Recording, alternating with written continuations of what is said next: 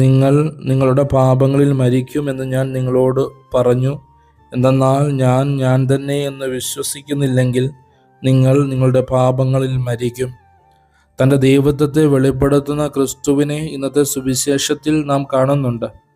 വിവിധങ്ങളായ അത്ഭുത പ്രവർത്തനങ്ങളിലൂടെയും ആത്മീയ ഉപദേശങ്ങളിലൂടെയും പ്രബോധനങ്ങളിലൂടെയും ക്രിസ്തു തന്നെപ്പറ്റിയും തൻ്റെ ദൗത്യത്തെപ്പറ്റിയും പലകുറി തൻ്റെ ചുറ്റുമുള്ളവരെ അറിയിക്കുവാനായിട്ട് പരിശ്രമിക്കുന്നതായി നാം വിശുദ്ധ ഗ്രന്ഥത്തിൽ ഉടനീളം കാണുന്നുണ്ട്. എന്നാൽ ക്രിസ്തുവിനെ പൂർണ്ണമായി മനസ്സിലാക്കുവാനായിട്ട് അവർക്ക് സാധിച്ചില്ല. എന്നാൽ അവനെ പൂർണ്ണമായി മനസ്സിലാക്കിയവരാകട്ടെ തങ്ങൾക്കുള്ളവയെല്ലാം ഉപേക്ഷിച്ച് അവനെ അനുഗമിച്ചു.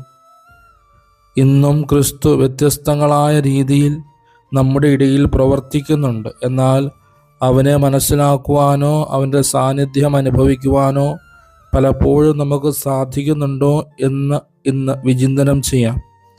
അവനിൽ വിശ്വസിച്ചുകൊണ്ട് പാപത്തിൽ മരിക്കാതെ വിശ്വാസത്തിൽ മുന്നോട്ട് പോകുവാൻ നമുക്ക് ഈ തപസ്സുകാലത്ത് പ്രത്യേകമാംവിധം പരിശ്രമിക്കാം.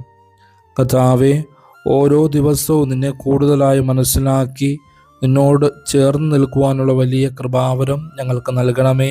ആമേൻ. ഈശോ അനുഗ്രഹിക്കട്ടെ.